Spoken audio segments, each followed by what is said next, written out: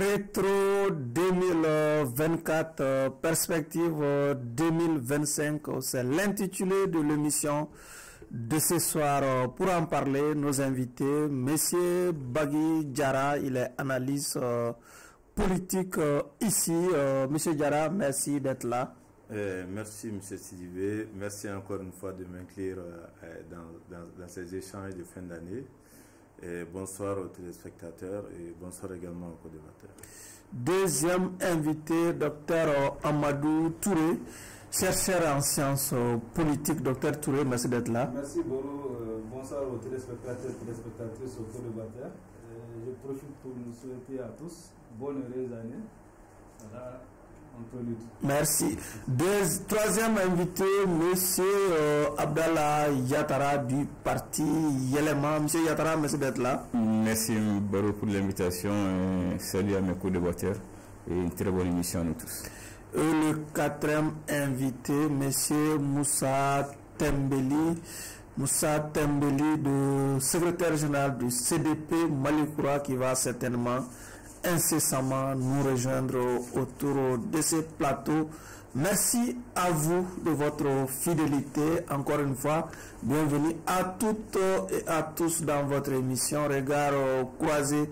Je l'annonçais, une année s'achève, une autre s'annonce. Quel bilan peut-on dresser de l'année 2024 et quelle perspective pour 2025?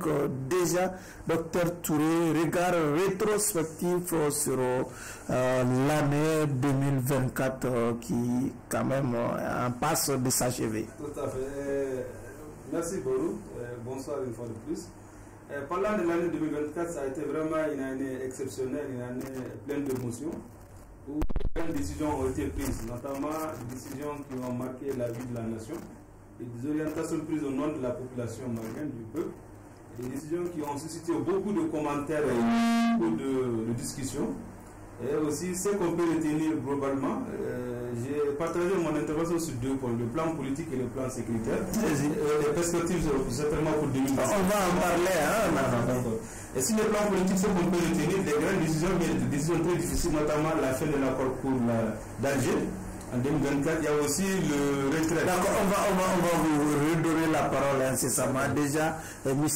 Diarra, les faits marquants selon vous de l'année 2024 qui est en passe de s'achever. Merci M. Sidibé. Je crois que dans l'ensemble, il faut simplement, à mon avis, dire que l'année 2024 a été, on va dire, un peu plus stable de mon point de vue et à mon avis par rapport à l'année 2023. Et je dis cela sur un certain nombre de points. Il était en train d'introduire tout de suite sur les points politiques. Moi, je mettrais aussi sécuritaire, mais en plus, je mettrais la partie économique. Et je terminerai effectivement par le point de la stabilité sociopolitique. Je fais cette distinction entre l'aspect politique et cette partie de la stabilité. D'un point de vue politique, je crois que je vais juste mettre le doigt sur deux faits majeurs de mon point de vue qui vont avoir une répercussion globale sur tout ce qui s'ensuit après. C'est vraiment si vous voulez, ce traité de l'AES ou de la Confédération qui a été acté donc au mois de juillet 2024 et plus tard ratifié au niveau donc du CNT. Je pense que ce traité-là qui fait du Mali un État confédéré avec les autres du Burkina et du Niger est un pan marquant parce que ayant pour axe trois éléments qui ont été rappelés plusieurs fois: l'aspect politique, l'aspect sécuritaire et défense et l'aspect économique. Donc quand on fonde comme ça un pays dans ça sur un espace confédéré, je pense que c'est un fait majeur qui a une répercussion sur la suite. Rapidement, le point de la justice qui s'ajoute à ça c'est un peu comme on a vu le code de procédure pénale et le code pénal. Lorsqu'on a vu ces deux-là aussi qui contribuent effectivement, de mon point de vue normalement, à assainir et la vie politique et la vie sociale, je pense que ça c'est un point aussi extrêmement déterminant déterminant. L'aspect sécuritaire reste encore le défi majeur, même si nous sommes d'accord qu'avec la reprise de Kidal, nous avons une certaine mainmise sur nos moyens opérationnels et nous nous renforçons dans notre présence sur le terrain régulièrement. Mais l'aspect du retour de l'administration, je pense qu'il s'est fait aussi progressivement, tarde effectivement à être une réalité sur le terrain, mais sur des aspects encourageants. Je terminerai peut-être sur l'aspect économique pour ne pas peut-être étaler trop sur le temps. L'aspect économique, je lis ça en 2 points. Le premier, c'est vraiment la crise énergétique qui reste encore un défi en 2024 et même pour les perspectives de manière comme on va en parler de manière à mieux circonscrire ça. L'autre aspect, si vous voulez, c'est cette vision ou cet engagement de l'État à vouloir quelque peu, si vous voulez, nationaliser, on va dire, les secteurs géants de l'économie, que ce soit les mines, que ce soit nos sociétés une certaine société de télécommunications ou encore même la société donc EDM qui est déjà dans ça, donc l'électricité. On va voir que les pans de l'économie, l'État veut effectivement avoir une forte présence de ce côté-là, ce qui aussi appelle à d'autres défis, mais il faut dire que c'est un élément fondamental dans l'économie. Donc c'est ce qui va un peu avec la loi sur le contenu local et sur en fait là aussi le code minier. Nous sommes passés par là. Donc je pense que pour une première intervention, ce sont les grands axes que moi je retiens effectivement de l'année 2024. Monsieur Yatara, nous sommes en train de jeter un regard rétrospectif sur les faits marquants de l'année 2024 ici au Mali. Merci Baro. Effectivement, l'année 2024, moi je l'aborderai sur 7 axes. 7 axes d'abord par rapport à la politique. Et je crois que ça a été une année 2024 pratiquement à part charge politiquement. Avec d'abord, pour moi, 3 points avant de revenir aux autres. Il s'agit d'abord de la fin de la transition qui était programmée pour le 26 mars 2024, qui malheureusement n'a pas vu le jour. Donc nous sommes encore dans une incertitude totale par rapport à la fin de cette transition. Et je crois que le plan d'action en gestation au niveau de la primature nous donnera sûrement une nouvelle programmation de la transition. Mais je souhaiterais très honnêtement que ça n'aille pas au-delà de 2025. Il faut qu'on fasse tout pour que vraiment le retour à leur fonctionnement normal soit vraiment fixé pour l'année 2025. Et politiquement aussi, il faut aussi retenir la sortie de la CEDEAO et aussi la fin de l'accord d'Alger qui initialement était programmé en fait pour le dialogue intermalien qui devait substituer, remplacer plutôt l'accord d'Alger, mais malheureusement on a dit que la montagne a couché d'une souris. Le dialogue intermalien en réalité a complètement dévié de ces termes de référence et si bien qu'on n'a rien vu par rapport qui puisse amener la paix en réalité. Dialoguer entre qui? Dialoguer seulement entre Maliens, entre qui il n'y a pas de problème. Je crois que c'est cette scène-là qu'on a vue. Donc avec des modérateurs qui ont complètement dévié des termes de référence et qui a sorti près de 300 recommandations et dont les recommandations sont phares étaient quoi? La programmation de la transition, d'autres disaient entre 2-3 ans, d'autres disaient 5 ans, d'autres disaient même jusqu'à la stabilité du Mali.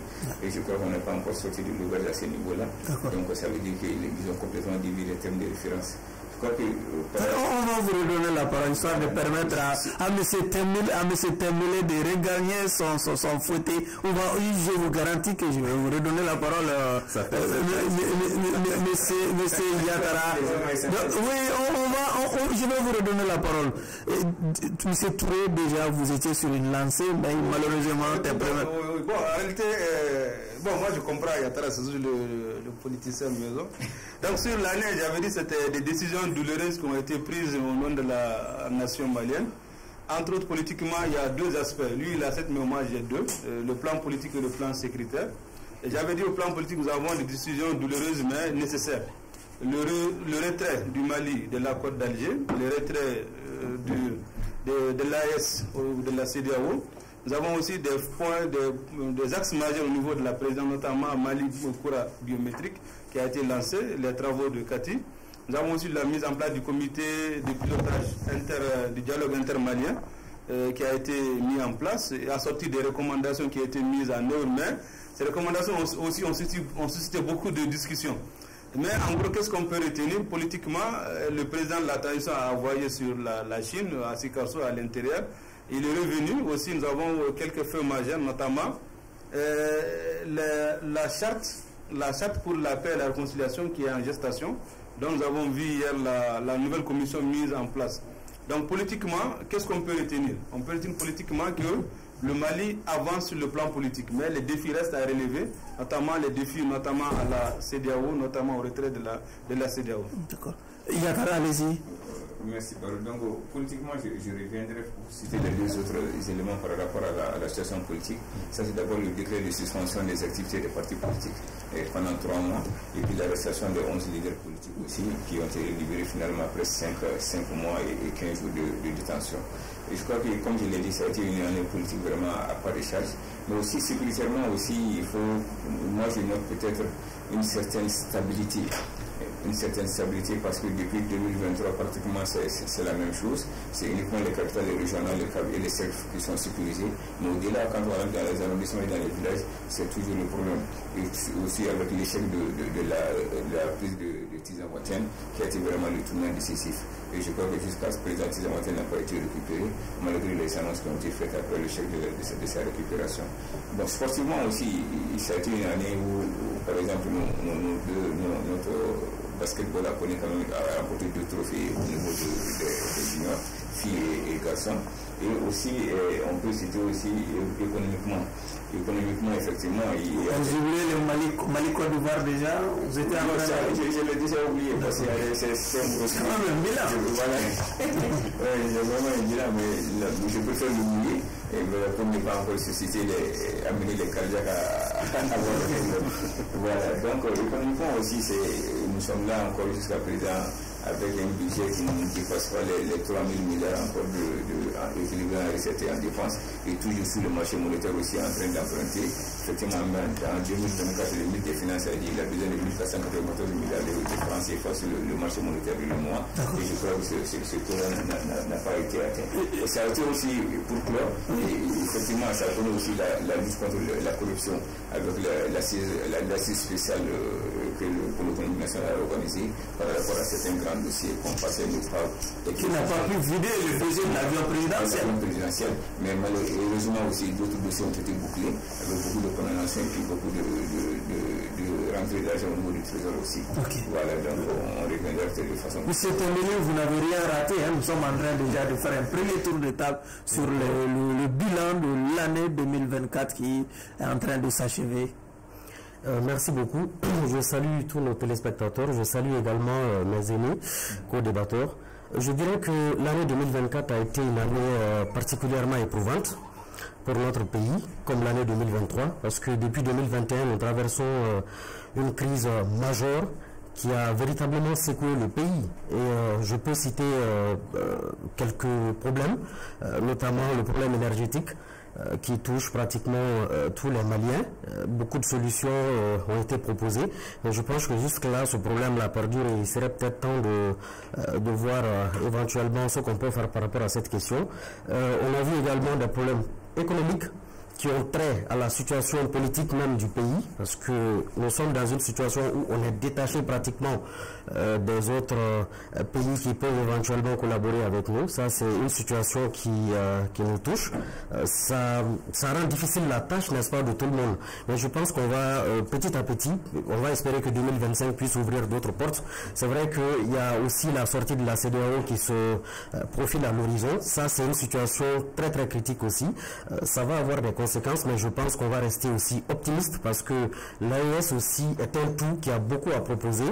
Et si nous parvenons justement à avoir des accords bilatéraux avec justement les pays qui nous entourent, on peut éventuellement gérer ce problème à bon escient. Je peux également dire que la situation sécuritaire s'est, on va dire, plus ou moins stabilisée, parce que avec la reprise de Kidal, on a repris Kidal, même si Tezawaten n'est toujours pas entre nos mains, mais je pense qu'en 2025, beaucoup de choses, il y aura beaucoup d'améliorations. La situation, on va parler des perspectives, hein, la perspective, oui. Ok, donc la crise s'est déplacée bien entendu du nord au centre du pays. Et c'est cette situation-là qui inquiète beaucoup de Maliens, on en parle tous les jours. Je pense que par rapport à ça également, les autorités ont déployé beaucoup de moyens pour essayer de soulager un tant soit peu la population du nord. Donc il y a beaucoup de problèmes qu'on a connus en 2024, mais il faut savoir tirer aussi des leçons des erreurs qu'on a pu commettre éventuellement. Et il y a beaucoup de perspectives, je pense qu'ensemble on peut discuter et trouver des solutions. Monsieur Diarra, pour vous résumer, en gros, qu'est-ce qui n'a pas marché pour la transition au cours de l'année 2024?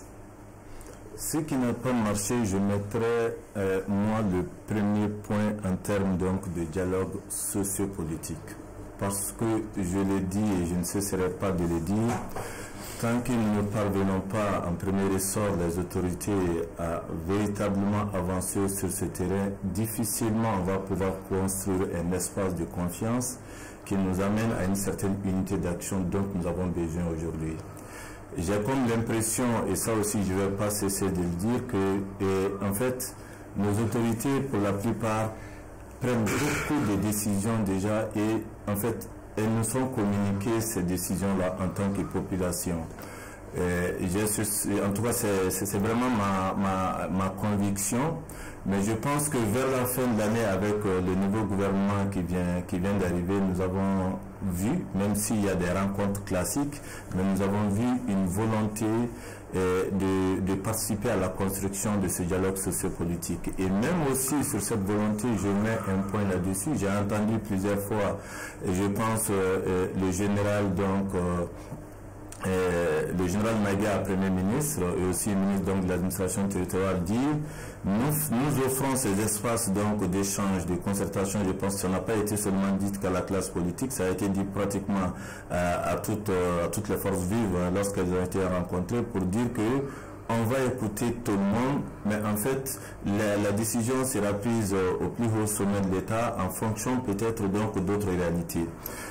Sur ce point-là, je voudrais appeler l'attention là-dessus. Il est déjà important donc de faire en sorte qu'on puisse construire ce dialogue-là, mais il est aussi important de mon point de vue d'avancer à assouplir ce point-là, même si nous sommes conscients que nous sommes pleinement dans une géopolitique et une géostratégie qui a beaucoup de réalités qui ne peut pas venir peut-être directement auprès des acteurs et seules les autorités en sont les détentrices. Oui, j'en suis convaincu, mais je pense qu'il faut aussi avancer sur ça, sinon on ne va pas réussir ce dialogue sociopolitique. L'autre chose qui n'a pas aussi marché, de mon point de vue, c'est le cœur de l'économie avec la crise énergétique. On ne va pas encore épiloguer en fait sur les causes de cela et pourquoi nous n'avons pas encore donc de solution, mais je pense que là aussi la volonté affichée de c'est un échec a priori, mais la volonté, et nous vivons toujours cet échec-là, mais cette volonté que je suis en train de voir et qui n'avait jamais existé de mon point de vue, parce que actuellement nous savons qui sont impliqués dans la recherche de solutions. Je le dis et je vais le répéter, je pense que pendant toute l'année 2023, tout ce que nous savions de la gestion de la crise énergétique, c'est que c'était un comité de crise qui était auprès du président de la transition, chef de l'État. Mais le contenu qui figurait pour apporter des réflexions aux côtés du président et amener effectivement des solutions, nous n'en avions pas connaissance. Sauf en encore le Premier ministre, c'est le président qui a toujours le dernier mot. Oui, mais avec le fait que maintenant on vient aux acteurs et à l'ensemble des acteurs, et cela n'est pas rien, c'est extrêmement déterminant. En tout cas, je l'avais toujours appelé du fond de mon cœur pour que c'est nous qui sommes confrontés à ça, tout Malien confondu. En fait, toute sensibilité confondue, c'est nous qui sommes confrontés à cela. Autorités, gouvernants, gouvernés, nous sommes tous confrontés à cela. Et c'est nous qui exploitons ces systèmes-là. Nos planifications, nos décisions en fonction de nos problèmes, c'est nous qui sommes censés aussi les prendre dans un processus endogène. Et c'est pour cela, moi, je salue cette dynamique-là, et encore qu'elle soit davantage efficace. Un troisième point qui est essentiel et qui, de mon point de vue, a été également aussi, si vous voulez, je pense que ça va dans le sens de la communication, de mon point de vue gouvernemental. J'ai eu comme l'impression que les réseaux sociaux prennent le devant sur une communication structurée du gouvernement sur les grandes questions de la nation. Au-delà des communiqués que nous recevons de manière factuelle de la part du gouvernement, tout le reste là a lieu les sujets les plus importants on lit sur les réseaux sociaux et c'est devenu, si vous voulez, une sorte de festivité pour les vidéomènes et qui finalement, en tout cas, donne quelque part l'impression qu'ils sont en relation avec un certain cœur du pouvoir. Donc, ce qui n'est pas bon. Pour moi, ce sont ces trois éléments. Il y en a beaucoup. En fait, quand on veut prendre l'année 2024, mais je mets les doigts sur ces 3 points essentiels pour moi. Docteur Touré, un dernier regard sur l'année 2024. Oui, contrairement à Yatra, moi je pense que sur le plan sécuritaire. Vous êtes jamais d'accord avec Yatra? Contrairement à lui, il pense que l'échec. Tizoata, ce n'était pas un échec. Tizoata, je l'ai dit plusieurs fois, c'était une embuscade tendue pour une patrouille de longue portée. Et récupérer la ville de Tizoaten mérite beaucoup de réflexion. Sinon, à ce jour, l'armée malienne est à son apogée. Nous disposons des armes, nous disposons de tout pour récupérer la ville. La preuve, au moment où il y avait une rencontre à Tizoaten, des cadres ont été neutralisés. Il ne s'agit pas d'aller prendre brutalement ou avec la force. Donc, pour dire que l'année 2024 a été vraiment un succès pour nos forces de défense. Parallèlement à ce succès, nous avons eu comme création, nous avons eu la création de ce qu'on appelle la force conjointe de l'AES, avec les pays de l'AES, notamment le Niger et Burkina Faso, qui ont mené beaucoup d'actions concrètes sur le terrain, notamment la législation de plusieurs dizaines de touristes. Et nous avons vu la législation de Abou, où c'est toujours un grand touriste recherché par les États-Unis. Les puissances occidentales n'ont pas vu, mais l'armée malienne l'a neutralisé. En dernier lieu, même avant-hier, il y a eu des attaques qui ont été dirigées. Nous avons beaucoup de cas touristes neutralisés. Maintenant, pour revenir sur 2024, ce qui m'a beaucoup marqué sur l'année 2024, c'est vraiment, il y a eu des décisions prises au nom du peuple, ou des décisions où il y a eu beaucoup de discussions. Donc à ce niveau, moi, je pourrais dire au gouvernement de la transition, aux autorités de la transition, de communiquer plus sur les actions à venir et de consulter plus les populations. Parce que les gens ont l'impression que les choses se décident sans qu'on les consulte. Notamment, il y a eu les recommandations du dialogue où il y a eu des recommandations qui ont été mises en œuvre. Il y a eu le retrait des pays de l'AES, notamment de la CEDEAO. Nous avons aussi d'autres décisions qui sont en cours de négociation avec les autorités. Cela veut dire qu'il faudrait que les autorités pensent à communiquer, à consulter et surtout dire clairement les tenants et les aboutissants de l'AES. Parce que jusqu'à présent, j'ai l'impression que les comités nationaux de mise en place de l'AES n'ont pas été encore efficaces. Parce que j'ai l'impression que les populations lambda ne connaissent pas le pourquoi et le comment de l'AES. Donc à ce niveau, j'interpelle beaucoup le gouvernement à faire plus de... Un déficit de communication. Par rapport à l'AES. Donc, c'était prévu qu'il y a les communications dans la langue nationale et auprès des populations pour les expliquer le bien fondé de la demande. Mais néanmoins, dans l'ensemble, je pourrais dire que sur le plan politique et sur le plan sécuritaire, des défis restent à lever et je vais détailler dans les perspectives. C'est terminé. Oui. Bon, je pense que tout comme mon frère, je dirais qu'il y a eu des avancées par rapport à la sécurité. Parce qu'on a pu... Aujourd'hui, l'armée malienne est un peu partout sur le territoire malien. Sauf que l'équation Tezawaten reste entière. Vous savez, souvent c'est le terrain qui commande. Et je suis sûr et certain que c'est pas parce qu'on ne peut pas prendre Tezawaten. Mais je dirais que c'est purement stratégique. Et ce qui est arrivé à Tezawaten n'est caché à personne. Il y a eu une sorte de trahison à Tezawaten. Des informations qui ont fuité, la position de nos forces de défense a été donnée à des bandits armés. Et ce qu'il faut comprendre, ce qu'il faut retenir de cette situation, c'est que le terrorisme même est une création de l'Occident, tout simplement. Au-delà de ça, on parle de plus en plus d'insécurité accrue dans la zone comme Banyangara par exemple. Bien sûr, je l'ai évoqué tantôt, je disais que la chose s'est déplacée, c'est-à-dire de Kidal, de Gao, la crise sécuritaire s'est déplacée au centre du pays. Mais c'est mûrement réfléchi, parce que ceux qui sont venus pour déstabiliser le Mali savent que pour réellement le déstabiliser, il faut frapper au centre. Parce qu'au centre, vous savez, il y a plusieurs communautés qui cohabitent. Il y a les Bogo, il y a les Peul, il y a les Bambara, il y a les Tamashek, on peut citer bien d'autres. Il faut faire en sorte que ces gens-là ne puissent pas s'entendre. Essayer de créer une sorte de guerre ethnique pour nous compliquer davantage la tâche. Mais les Maliens, je pense, ont bien compris cela. Les autorités ont peut-être pris le devant. Mais ce n'est pas seulement la solution militaire qui va suffire à résoudre ce problème-là. Il faut aussi instaurer un dialogue franc avec les populations, essayer donc de créer un cadre, n'est-ce pas, de collaboration qui va non seulement pousser les populations à donner les bonnes informations pour que les forces armées aussi puissent justement mener à bien leur mission. Beaucoup a été fait, mais beaucoup reste aussi à faire parce que en réalité, la sécurité n'est pas un acquis. comme on le dit aujourd'hui. Même à Bamako, on ne peut pas dire qu'on est à 100% en sécurité. Ce n'est pas possible, mais les forces de défense, justement, jouent leur rôle. Et on va espérer qu'on puisse continuer dans ce sens-là. Il y a d'autres défis majeurs. On a parlé du problème énergétique. C'est vraiment le talon d'Achille même de la transition. Je l'ai dit à plusieurs reprises, mais c'est un problème qui est assez profond. Je pense qu'il faut essayer pour 2025 de trouver une solution. Sauf que le moment aucune solution n'a marché, hein, on a parlé de l'opération groupe électrogène, opération citerne, opération panneaux solaires, finalement on ne sait plus à quel sens se vouer. On va espérer que 2025 soit une année qui va apporter la solution définitive, parce que je sais que ça ne va pas venir tout de suite, mais il faut soulager. Il faut soulager pour qu'à la fin de la transition, les autorités qui vont venir donc puissent avoir des pistes de solutions déjà pour trouver donc une solution définitive. Parce que l'économie est à terre aujourd'hui à cause de ce problème énergétique-là. Donc c'est vraiment une épine dans nos pieds. Il faut qu'on fasse tout pour l'enlever.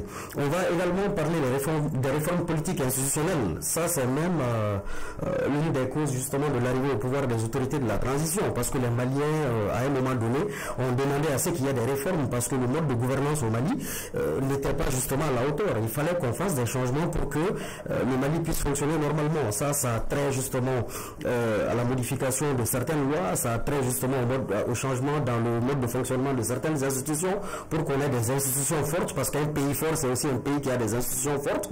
Un pays fort, c'est un pays qui a des lois justement qui répondent à nos aspirations, qui collent justement à nos réalités. Et beaucoup a été fait dans ce sens-là. Mais je pense qu'il faut continuer dans ce sens, il faut accélérer les réformes pour que, en fin de compte, la transition puisse donc passer la main justement à des autorités civiles.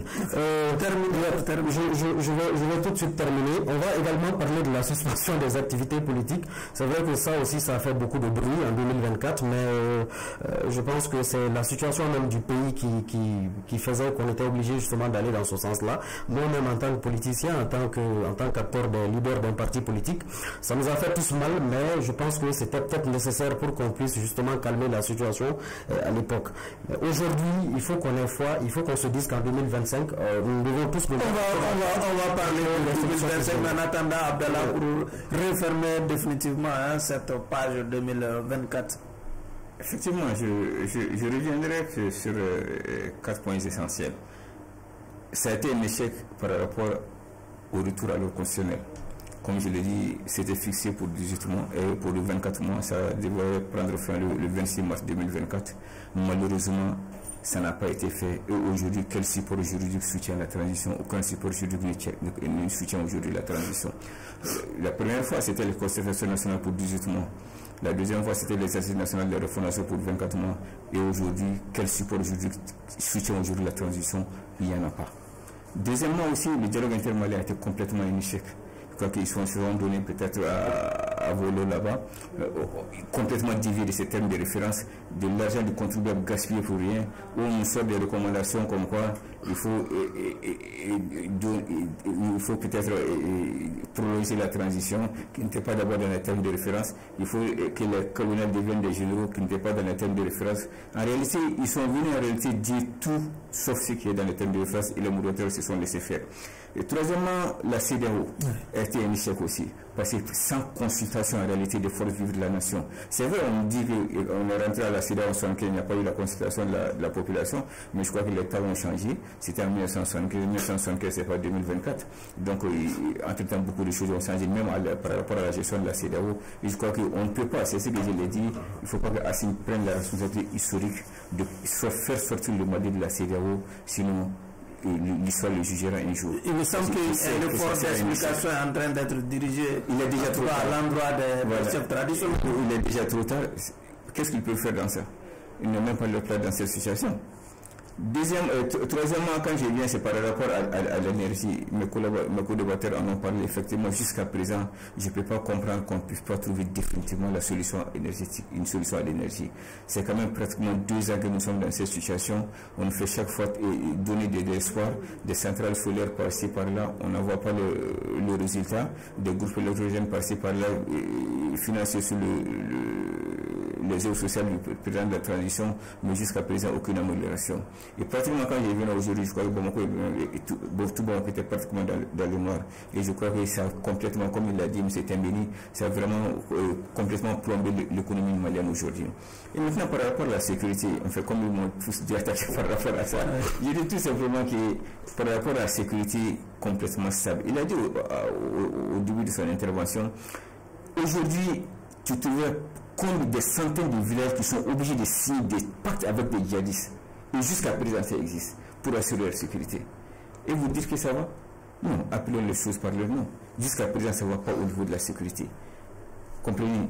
Et effectivement, ce qu'on peut dire et qui a vraiment marché, c'est peut-être certains chefs djihadistes ont été neutralisés, que ce soit au niveau du djihad, que ce soit au niveau de Takuba Massina. Je crois que pratiquement, en tout cas 5 chefs rebelles quand même ont été neutralisés. Ça, c'est l'actif de nos forces armées de sécurité. Mais très honnêtement, jusqu'à présent, le défi reste entier en matière de sécurité. Voilà, il reste vraiment entier en matière de sécurité.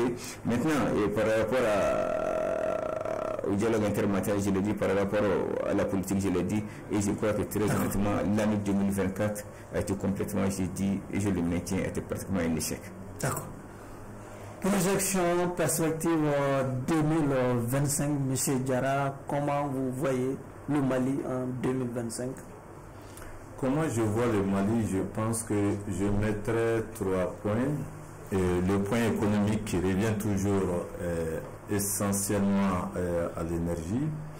Je pense qu'en termes de perspective, parce que c'est ce qui sert les unités économiques donc, du pays, et c'est à partir de là les gens peuvent effectivement assurer leur bien-être et parvenir donc à contribuer au tissu socio-économique de développement. Je pense que ce point-là, il est essentiel en termes de perspective.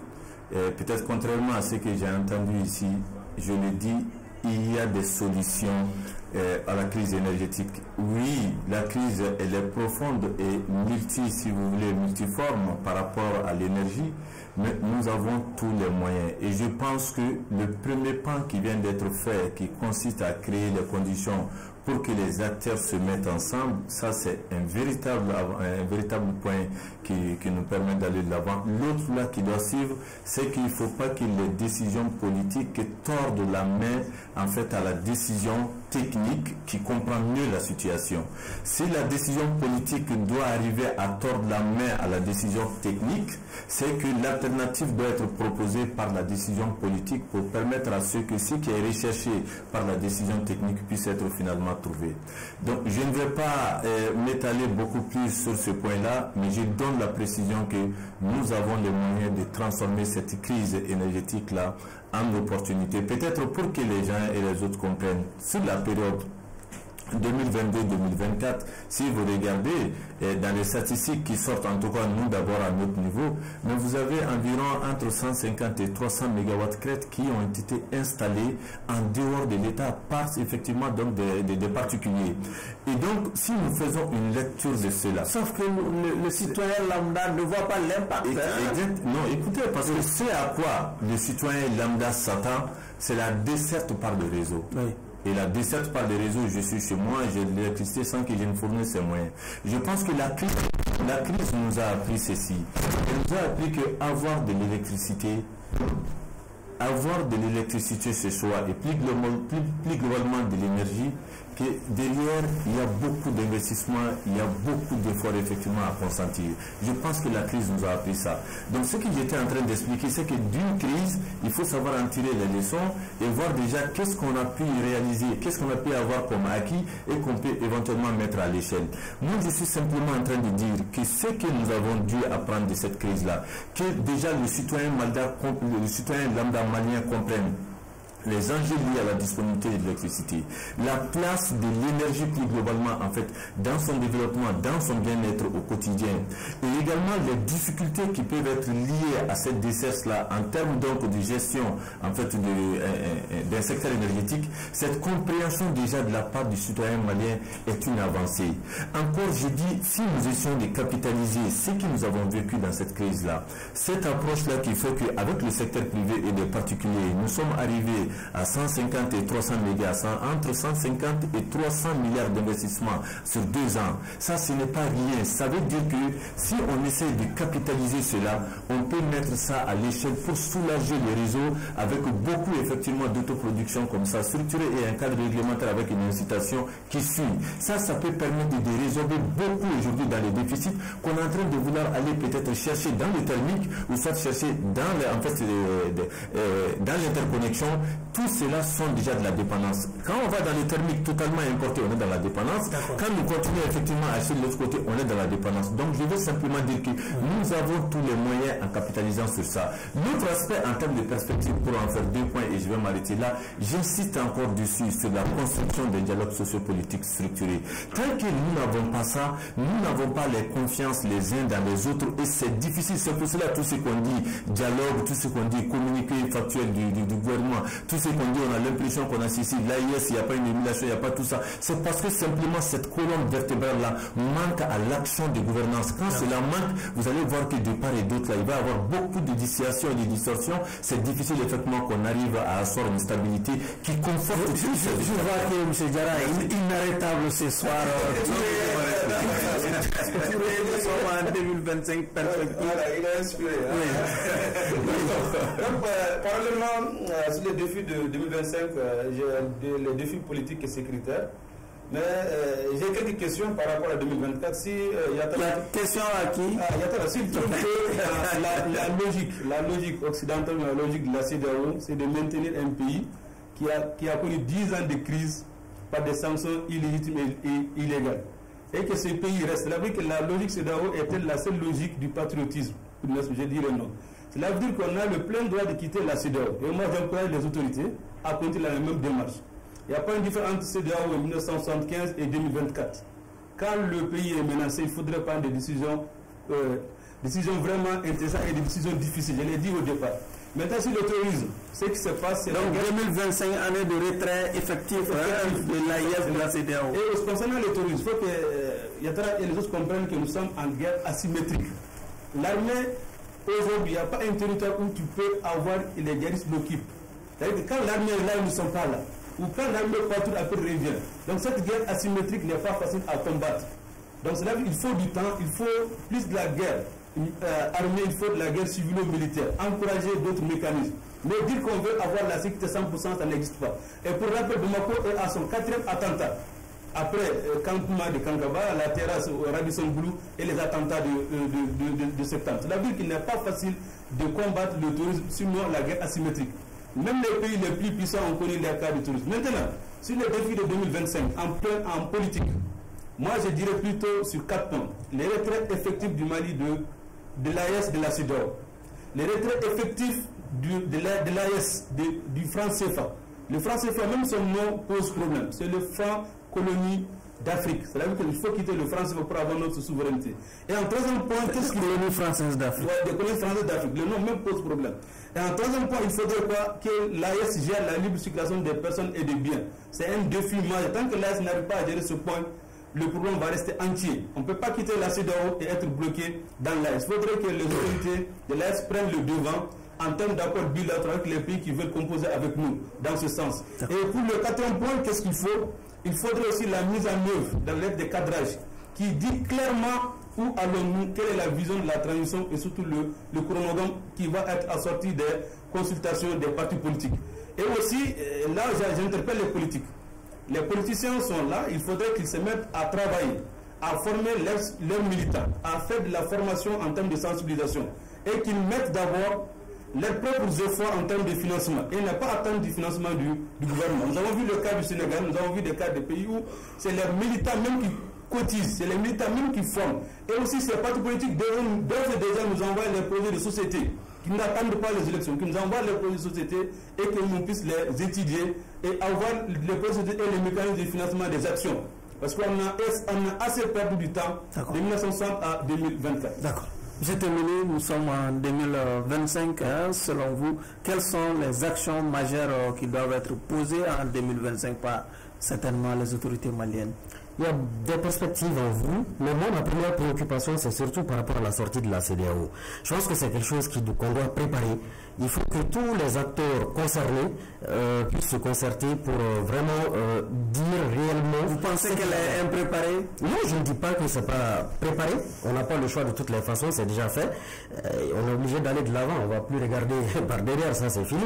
Parce que nous avons encouragé la sortie de la CEDEAO parce qu'on ne peut pas se laisser, on ne peut pas rester dans une organisation qui cherche justement à nous créer des problèmes. On rentre dans une organisation, un groupe, pour tirer des avantages, mais s'il n'y a plus d'avantages, si on fait plus de mal que de bien, on va sortir tout simplement. L'AES, les trois pays qui composent l'AES ont des intérêts communs, nous avons un espace commun, nous avons les mêmes problèmes, on peut s'entraider pour trouver des solutions, nous avons aussi des atouts qu'on peut mettre en avant, comme je l'ai dit. Donc, mais je pense qu'il faut discuter avec les gens, les spécialistes, que ce soit les économistes, ceux qui seront chargés, n'est-ce pas, de la question monétaire, comme il l'a dit, lui, sa préoccupation, c'est le franc CFA. Il faut qu'on donne des solutions, il faut qu'on discute avec les gens pour que les gens puissent comprendre, parce que c'est vraiment un enjeu véritable pour les pays de l'AES et c'est un défi nouveau qu'on va mettre sur la table. Ça, c'est très important. Ensuite, par rapport justement à la sécurité, je pense que beaucoup a été fait, comme je l'ai dit, mais il faut encore renforcer. Et je propose même la création de ce qu'on appelle une cellule de déradicalisation. Parce que la solution militaire à elle seule ne suffit pas à résoudre ce problème. Comme il l'a dit, c'est une guerre asymétrique. Les terroristes ont un mode opératoire que nous connaissons tous.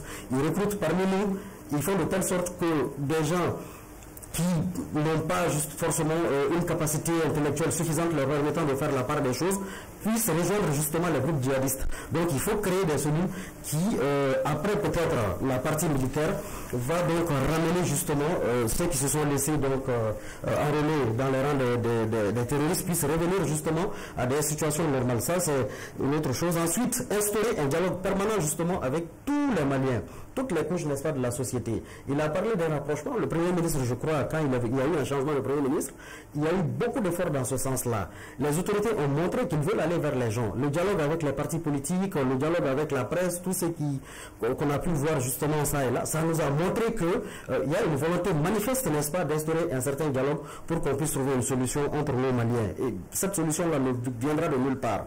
Ensuite, il faut également faire ce qu'on appelle, voir un peu ce qu'on peut faire par rapport à la relance économique. Et ça ne peut pas aller sans la relance, sans qu'on puisse justement se pencher sur la question énergétique. C'est une épine, comme je l'ai dit, mais l'économie va avec l'énergie. Donc il faut tout faire pour qu'on puisse trouver une solution, des pistes de solution. Et par rapport aux réformes, ça c'est aussi une question qui c'est un problème très important. Pour qu'on puisse aller vers des élections libres et transparentes, ça c'est notre aspiration à tous. Il faut que ces réformes-là, on puisse les accélérer, que les autorités en fassent donc une préoccupation majeure, qu'on mette la question sur la table afin qu'on puisse aller au bout de ces réformes-là pour que, voilà, en 2025, on puisse... 2025, une année électorale. Je l'espère et je le souhaite de tout mon cœur. Je sais que c'est possible si on veut, mais il faut créer aussi des conditions. Et ces conditions-là, on ne peut les créer que lorsqu'on va appeler tout le monde sur la table. D'accord. Monsieur Yadara. Ok. D'abord, je dirais à M. Touré que la sortie de la CEDEAO n'est motivée que par une seule chose: échapper au protocole additif, la politique et la bonne gouvernance. La démocratie et la bonne gouvernance, c'est juste motivé par ça. C'est motivé par aucune autre chose que par ça. Échapper à la bonne gouvernance et échapper à la démocratie. C'est tout. C'est motivé uniquement par ça. Et d'ailleurs, l'autre jour, quand l'AES conjointement ont fait un communiqué demandant qu'ils accepteraient la libre circulation des personnes et des biens entre l'AES de la CEDEAO et l'AES, tu comprends déjà qu'effectivement, ils n'ont fait qu'entériner les directives de la CEDEAO, qui sont effectivement aussi les directives de l'UMOA, mais juste pour échapper à la démocratie et à la bonne gouvernance. C'est tout. Ça ne s'explique que par ça. Deuxièmement, il a parlé de monnaie. Il faut qu'il sache que l'UMOA a déjà mandaté Alassane Ouattara pour abandonner le franc CFA. Et Alassane Ouattara est à pied d'œuvre par rapport à ça. Et déjà, il a posé deux conditions essentielles à la France. La première condition, c'est quoi? C'est de rapatrier les réserves qui sont dans le compte d'opération de la France vers la BCAO. Et ça, c'est en cours déjà. Et la deuxième chose, il faut que tu saches déjà que ça fait 2 ans la France ne siège plus à la commission bancaire de l'UMOA. Comprenez? Donc l'abandon du franc CFA est déjà en cours et c'est peut-être ça sera effectif au profit de l'Europe en 2027-2028. Donc il ne pose même pas, le CFA ne pose pas de problème à ce niveau. Maintenant par rapport à l'insécurité, à la guerre asymétrique dont vous parlez, la guerre a changé de forme.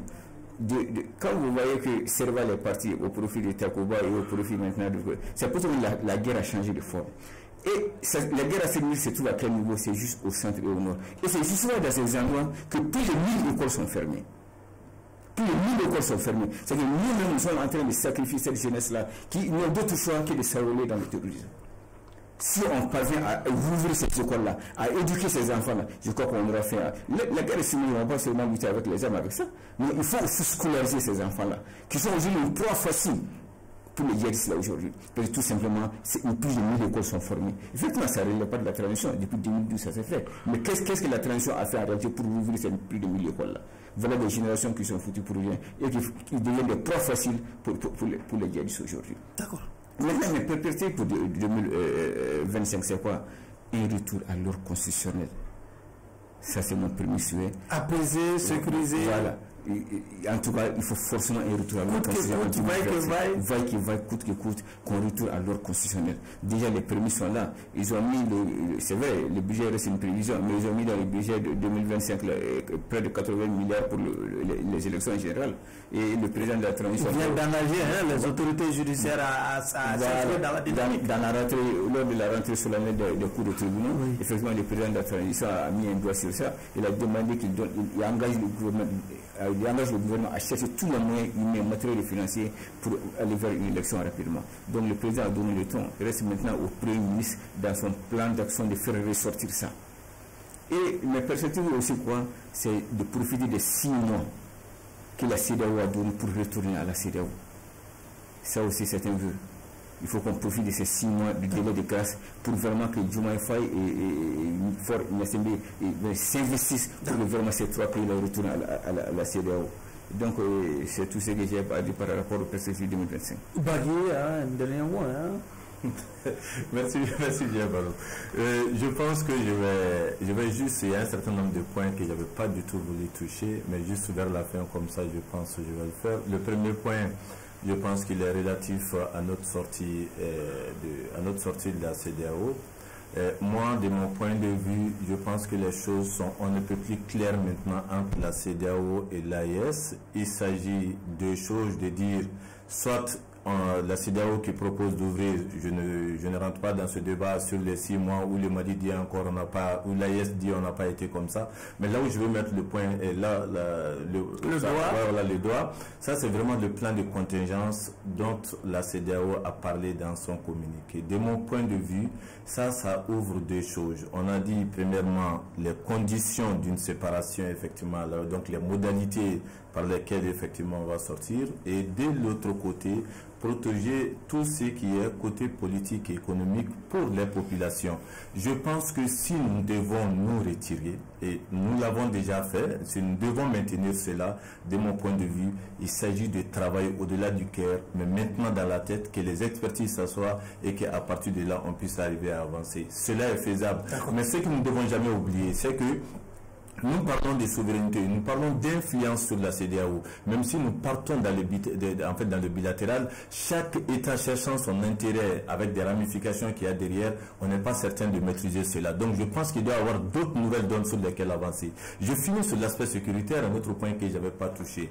En fait, l'aspect sécuritaire, on se rend compte maintenant que nous ne sommes pas attaqués de l'extérieur, plus généralement maintenant, mais c'est à l'intérieur, en fait, dans des zones où, compte tenu de l'étendue de notre territoire, et des moyens de mobilité, on peut se rendre compte que même si notre équipement au niveau de l'armée, nos moyens opérationnels sont vraiment au point aujourd'hui, il y a toujours ce défi-là. Moi, je voudrais simplement proposer en fait à des experts de l'armée qui sont là-bas, comme les tout militaires, tout le monde en convient que ce n'est pas ce qui va être la solution définitive, mais d'arriver maintenant à lier les zones économiques ou les projets intégrés de développement avec en fait l'aspect sécuritaire. Cela est faisable sur plusieurs architectures qu'on ne va pas ici détailler, mais je pense qu'il s'agit de travailler à faire cela et ça va beaucoup plus freiner en fait dans tout ce qui est enrôlement et ça donne des meilleures perspectives. Oui, pour le dernier mot, par rapport au défi de 2025, avant d'y répondre toujours à Yatara, pour qu'ils puissent comprendre, au-delà, lorsqu'ils étaient aux affaires, certaines écoles étaient fermées. Je dis ces écoles sont ouvertes, mais elles sont fermées dues aux inondations dans les régions du Nord. Donc, par rapport à l'écho, moi, je suis pas pour. Lorsqu'ils étaient aux affaires. Ils comprennent de ce que je vais en parler. Ils comprennent ce que je vais dire. Les écoles étaient fermées. Les écoles sont ouvertes aujourd'hui, mais sont fermées dues aux inondations dans les régions du Nord. Et concernant l'écho, moi, je pense que c'est un changement de nom. France CFA, écho, tout ça, c'est toujours la constitutionnalité de l'Occident. Je veux qu'on quitte la CEDEAO, on quitte le franc CFA le plus tôt que possible pour avoir notre souveraineté. Et par rapport au défi de 2025, moi je pense que la priorité pour moi, issue des régions du Nord, n'est pas l'organisation des élections. Nous voulons d'abord la sécurité, l'opérationnalisation des nouvelles régions telles que la région de Todoni, la région de Meneka, et qu'on aille pas plus vite que la musique. Et par rapport au défi, c'est un appel aux autorités. J'ai vu qu'en 2024, on n'a pas pu renouveler le Haut Conseil islamique. Il faudrait qu'en 2025, on renouvelle pour qu'on évite au Conseil d'aller dans une transition de fait. Et aussi pour les défis sécuritaires, il faut que la lutte contre le terrorisme continue. Et cette lutte, ce n'est pas une lutte d'une journée ni de 10 ans, donc c'est une lutte à longue haleine. Et aussi, il faudrait qu'on renforce les actions civilo-militaires, qu'on implique plus la population, comme ils ont fait l'autre jour par rapport aux tentatives de déstabilisation des amis de Yatara, la CEDEAO. C'est-à-dire qu'il faut impliquer tout le monde pour que nous puissions être informés, que nous puissions prendre notre destin. D'accord, terminé. Pour 2025, je pense que les Maliens doivent se préparer. Il faut qu'on soit psychologiquement prêt déjà à affronter notre destin, comme on le dit, parce que nous nous sommes retrouvés dans une situation que nous n'avons pas choisie. Monsieur Ouattara parle tantôt d'école fermée. Ce n'est pas une situation que le Mali a choisie. Je sais que les autorités non plus n'ont pas voulu cela, et ça n'a pas commencé aujourd'hui. Et aujourd'hui, le Mali est en train de faire de son mieux pour trouver une solution à ce problème-là. L'armée est en train de faire de son mieux pour trouver une solution à ce problème qu'on nous a imposé.